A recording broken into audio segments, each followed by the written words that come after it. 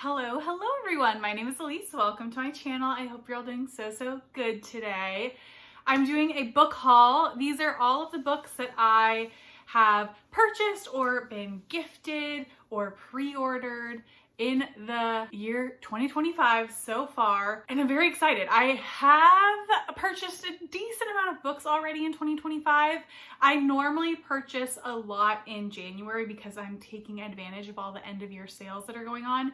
And that is the case here. Although I do have a decent amount of pre-orders already. I think I've already had 6 come in for the year, kind of spaced out, almost 2 per month, kind of. So like always, we're gonna go over the pre-orders first, and then we will get into the rest of the books that I bought.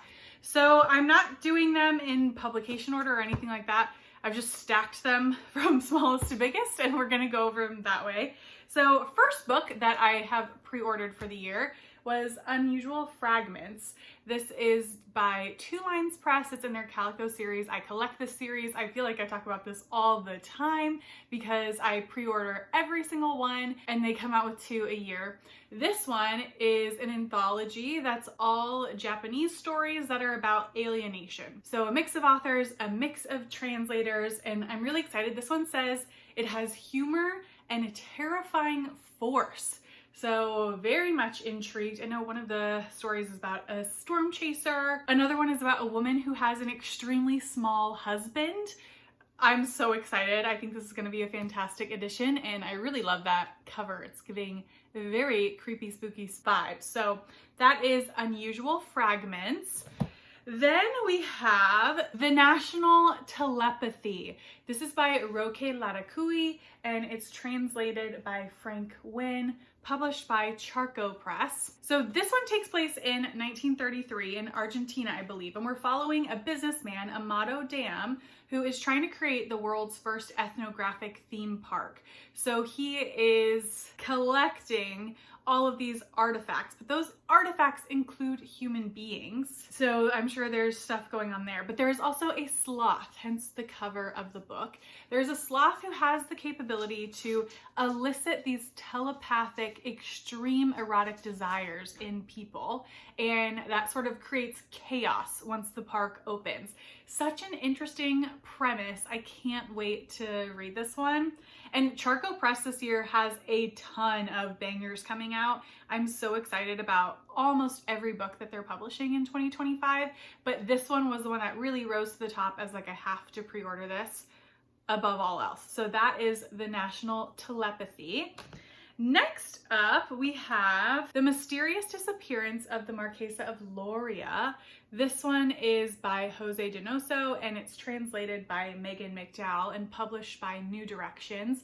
I really like this cover. There's a little dog in there, and this is so much shorter than I imagined. I don't know why, but this one follows our protagonist, Blanca, who is married off to a Nicaraguan diplomat when she's 19 years old, and she comes into an extreme amount of wealth at a young age. But he very quickly dies, and Bianca is left with his fortune, and she starts just partaking in everything she wants to. On the side, we have her mother-in-law, who really despises her and has made it her mission to claw back the family fortune from Blanca, and I think they clash and maybe some extreme things happen from there. And I'm really excited. I have wanted to read from Jose Donoso in the past. He's an extremely well-known Chilean author, and I can't wait. This premise sounds so good. So really excited for The Mysterious Disappearance of the Marquesa of Loria. Really long book titles this year. That is a theme that will be ongoing. Next up, we have True Failure. This is by Alex Higgy, and it's published by Coffee House Press. This one was really interesting to me because it's taking on capitalism and lies. And as I mentioned in my most anticipated releases video, a theme that I really love reading right now is about class, and I think this one definitely does that. I think we're getting 3 different perspectives in here, and each character is telling lies in some way. Some may be a little bit smaller, some much larger, and I think we get to explore the lies we're telling and how it kind of comes to bite them in the ass a bit. So our first protagonist is Ben. He has recently lost his job, but he is keeping that information from his wife, and his story interconnects with one of the other protagonists because he decides to go on this entrepreneurial type reality show. Think Shark Tank. It's very Shark Tank coded.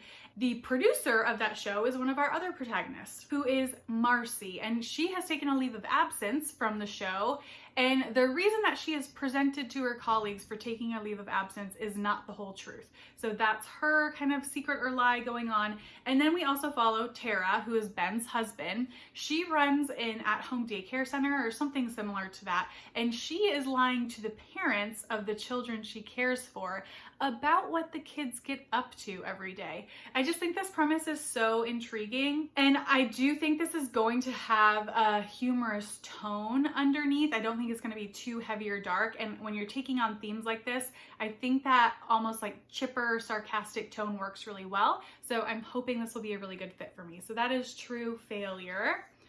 Next up, in the pre-order section, we have The Pilgrimage by John Broderick. This is published from McNally Editions. This one was originally published, let me see, in 1961, and it was banned in Ireland. This is an Irish author. This follows a couple who are the envy of the town, and something befalls them. I think the male protagonist gets arthritis. He's a very famous businessman, and they decide to take a seaside vacation. And whilst they're at their vacation home, they start receiving letters that contain controversial details about either themselves or the town as a whole. I can't quite grasp how far the scope is going to be, and it sets everyone into chaos. It reminds me of that movie that came out recently. What's it called? Little Letters or something like that on Netflix. I haven't seen it. It says that it's darkly comic, which we love to see,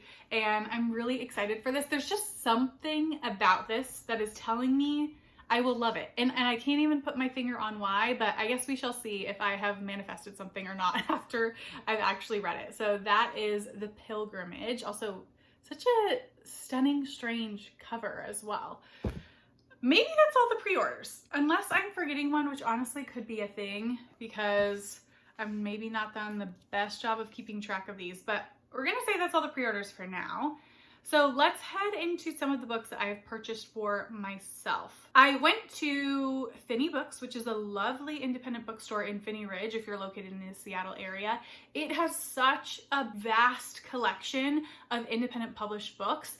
I highly recommend if you're in the area and you are interested in that. It's so well curated, and there's just a really big volume. Pretty packed with books kind of everywhere it can be. I went right after a wine tasting, if I'm being honest. My husband knows to take me to a bookstore after I've had a cocktail, and it allows me to buy some books that I normally wouldn't let myself buy. So we went to a wine tasting, and he was like, hey, we're just down the street from Finney Books. Do you want to go? And of course I said yes. God bless him. So we went, and I got 3 books there. What are the 3 books that I got? Oh yes, okay. So the first book I got there is Astraea. This is by Kate Kruimink. Kruimink? Once I read it, I will look up the pronunciation when I actually review it. But yeah, Astraea. This is a Weatherglass novella. Weatherglass has been getting a lot of praise recently for Earth, which a few booktubers have been talking about, and they're a publisher that I'm really interested to see how they kind of progress in the future. They're based in the UK, I believe. And one thing I really like about this book is it has a very short blurb inside. It really doesn't waste any space. So I'm going to read you the blurb. It's the early 19th century, and a small sailing ship with a cargo of convict women and their children is crossing the ocean to a penal colony. Among those trying to survive is a 15-year-old girl. After caring for her only friend, who has poisoned herself, she discovers a kind of liberation within the confines of the ship as she moves into her unknowable, distant future. Really excited. Also great cover design. I love some French flaps. So I will definitely be keeping my eye on Weatherglass Books, that's for sure. And I do want to pick up Earth because it's gotten rave reviews. Also from Finney Books, I finally picked up a copy of The Parisian by Isabella Hammad. This is published by Grove Books. And as you may know, Enter Ghost was my favorite book that I read last year in 2024, and I really want to get to her other books. I did read the nonfiction essay. It's really a speech that's just been transcribed into an essay, and I enjoyed that. And this is her other kind of well-known novel. She does have something else. It might be like a short story or something like that, but this is her other true novel, and I'm so glad I finally picked this up. It is huge. She's thick, but for an author that I really love, I'm excited to get lost in this for a while. I had been putting this off a little bit because the speech that I referenced before, something about stranger, recognizing the stranger, it does give a spoiler for this book, but I think I've forgotten it now. I'm not going to try too hard to remember. I think I've forgotten it. It at least lives in the periphery of my brain at the moment. So I'm going to try and read this year. It will also count as a Picante Beef Baby for me, which is one of my goals. This one follows a life of a man from his studies in France during World War I and his return to Palestine right as it's trying to fight for independence. So yeah, can't wait. Happy to have it. And then the other thing I picked up from Finney Books is under here is To and Fro by Leah Hager Cohen. This one is published by Bellevue Literary Press. Yes. And this I am currently in the middle of. I've read half. This one came on my radar because it was longlisted for the Republic of Consciousness Prize, US and Canada styles, and it's one of the ones that I was interested in reading. I'm halfway through, and this is about to come out in a vlog. I'm just waiting to finish this, and then the vlog will come out before the winner is announced. And this novel is very fun because it is a mirrored novel. So this is the To side, and this is the Fro side. You can read the novel from either direction, and it hits the middle, and it actually is really interesting. So it has it in the middle, it starts to split the page for a little bit of a section, and you can see the text written upside down on the opposite page, and then it tells you to flip when you reach the halfway point. So I have read there we go. I read the To side. I started from To, and I am just about to start Fro. I'm really enjoying it so far, but you can see more thoughts in that vlog. That should be the next video that comes out on my channel. So yeah, this one, fantastic. We're following a young girl who is on a journey, on a quest of life, and it's very whimsical, and I won't say more than that. You can check out more thoughts in another video. So those are the Finney books. Then let's see. Let's talk about some randos that I got. So firstly, because we're talking about the Republic of Consciousness Prize, I also bought and read Like a Sky Inside by Jakuta Alikavazovic, and this one is translated from the French by Daniel Levin Becker. It is published by Fern Books. It's so tiny and slight, but I do love it. It's gorgeous. It also has French flaps. Fern Books does really good production. I will say Bellevue Literary Press also has amazing feel to their books. They're just so high quality. Highly recommend them to have as just material objects. This one is somewhat confusing in whether it's nonfiction or fiction. You can see it listed differently depending on where you look. This one is all about the author's experience of spending the night at the Louvre, which has a lot of strong ties for her with her father. Her father used to spend many, many days at the Louvre, and when she was born, he would frequently take her with him, and he had this common refrain that he would ask her every time they were there, and it was, how would you go about stealing the Mona Lisa? That's the setup for this. I love this. It's such lyrical, beautiful writing, and it gave me a lot to think about. I have some book darts in here, which I don't often bother to save quotes or passages or anything like that, but I definitely did in this book. So that is Like a Sky Inside. Already read it. It's fantastic. Then we have a book that was just longlisted for the International Booker Prize this year, which that long list looks amazing, by the way, and that is On the Calculation of Volume 1. This is going to be a septology by Solvej and translated by Barbara Haveland, published by New Directions. The first 2 volumes are already out in the US, and I believe the 3rd volume is coming out later this year, if I'm remembering correctly. This is a Groundhog Day-like novel, so our main character is living the same day over and over again, and she's getting, I think, close to the 356th day, and she is convinced there is a way to get her out of this time loop. Such an interesting premise, and it's just gotten rave reviews. It's also slight, which I think for a Groundhog Day-like novel, they need to be slight, otherwise they can get very tired. So I'm really excited to read this and happy to have it. I had to stop myself from picking up the 2nd volume before I had read this one, because that is a bad habit of mine, but I resisted, and I'm proud of myself for that. All right, next up, we have a book that is also going to be coming out in our vlog, although not the Republic of Consciousness vlog. But that is Margot's Got Money Troubles by Rufi Thorpe. This one is published by William Morrow, and I have already read this one. I'm gonna save thoughts for the vlog, but if I bought it, it's a good inkling that I liked it. So that gives you a little bit of a sneak peek into what I might be saying about this book in that vlog. So Margot's Got Money Troubles, there she is. And then we have the 3 books that I bought in the, Barnes & Noble end of year half-priced hardback sale. That is a tongue twister. I always buy a few books from this every year. I don't shop a lot from Barnes & Nobles, but I do always do the end of the year sale for half-price hardbacks. Most of the time, I'm doing that to buy books that I already read from the library earlier in the year and really loved, so I want to have a copy to own. That's frequently what I use it for. But this year, there weren't a lot of options that I had already read that I really wanted to purchase. So I actually got 3 books that I have not read. 2 were on my radar already on my anticipated releases list from last year. So let's talk about those first. The first one is The Coin. This is by Yasmin Zaher, and it's published by Catapult. I believe this one ended up on the New York Times 100 notable books too, which I was surprised by, happily surprised, I should say. But this one follows an unhinged female narrator, definitely fitting into that trend.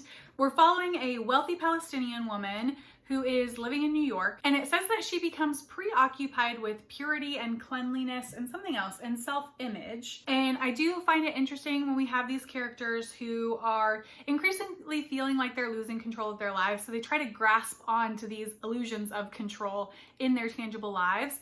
So I'm very interested to follow this character, but the thing that really got me is what it says at the very end of the blurb, and it says, in enthralling sensory prose, The Coin explores nature and civilization, beauty and justice, class and belonging, all while resisting easy moralizing.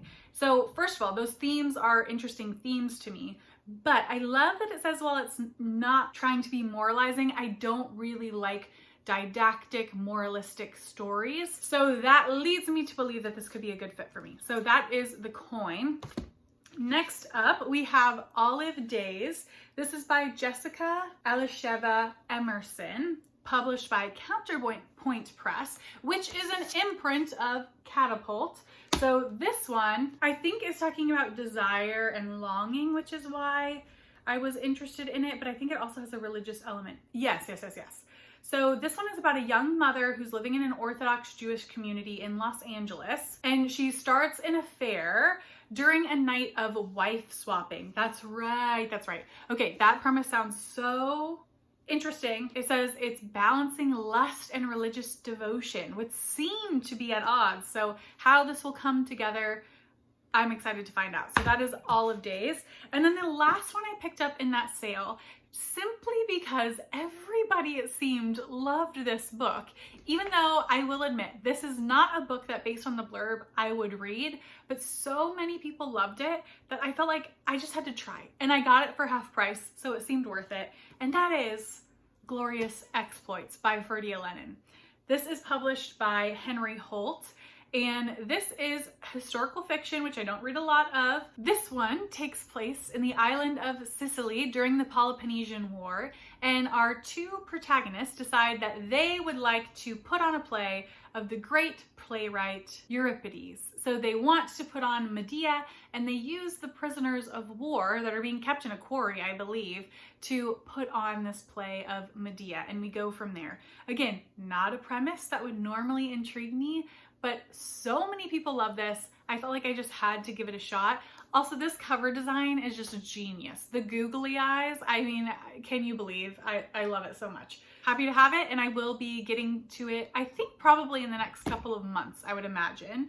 Then we have a couple books that were gifted to me by whom? I'll give you one guess. It's my mother-in-law. So she gifted me 2 books from Paula Hawkins, that's right. First one being A Slow Fire Burning. This is done by Riverhead Books in the US. And the second one is The Blue Hour by Paula Hawkins. This one's done by Mariner Books. So I have read Paula Hawkins before, but not the Paula Hawkins you're thinking of. I have read the one about water, something in the water. Maybe that's it. And I did enjoy it. It wasn't my favorite thriller of all time, but I did enjoy it enough. And that's why I'm interested in at least trying both of these, especially since my mother-in-law is gonna let me try them for free. What a delight. She is a slower paced thriller author, at least that one book was, and I've heard that confirmed about these 2, which I don't mind. Because I don't read extensively in that genre, I'm less beholden to the strict nature of genre thrillers, and I can get down with a thriller that really has more mystery-like plotting instead of that really upbeat, suspenseful, high-octane type of plotting that traditional thriller readers might expect. So I think I'm going to be okay with this. I don't know the premise of either of these. Let's see if they have short little blurbs. They do. With the same propulsion that captivated millions of readers were, no, that's not telling me anything about the story. That's just telling me about the author. A young man is found gruesomely murdered on a London houseboat, and it triggers questions about 3 women who knew him. There's that one. The Blue Hour. Oh, there's even a postcard in here. I won't show where it's from, just in case don't want to get anyone doxxed. The Blue Hour says, welcome to Yarros, an island with only 1 house, 1 inhabitant, 1 way out. Unreachable from the Scottish mainland for 12 hours a day. I'm assuming because of the tides. Intriguing. Based off of the couple sentences I read of each blurb, slightly more intrigued for this one than this one. There's definitely the island atmospheric vibes. So have those as well. Those are, I think, oh my God, no. There is another book. I also hauled Onyx Storm by Rebecca Yarros in January. I think I had pre-ordered that one as well, so that should have been in the pre-order section. My apologies. That one is published by Red Tower Books, but my friend is borrowing this at the moment, so I don't have my physical copy with me. I have read it. I overall enjoyed it. I think it is my least favorite of the 3, but I overall enjoyed it, and I think if you like that series, you're gonna read it anyway. And I do think that book sets up the next book really nicely. This one does have middle book syndrome. I almost think it needed to have that in some ways. I think it would have been really hard not to. And I think the next book is gonna be great. So did enjoy that one, happy to have it, but a friend is borrowing it. Now we are finally done. All right, so let me know if you have read any of these books or if you're interested in any of these books. And let me know what you want to see me read next. If there's anything in particular that you're like, I really want to see a review on that, tell me, because that will help influence the order that I read them in. So with that, I will see you all in the next video. Bye.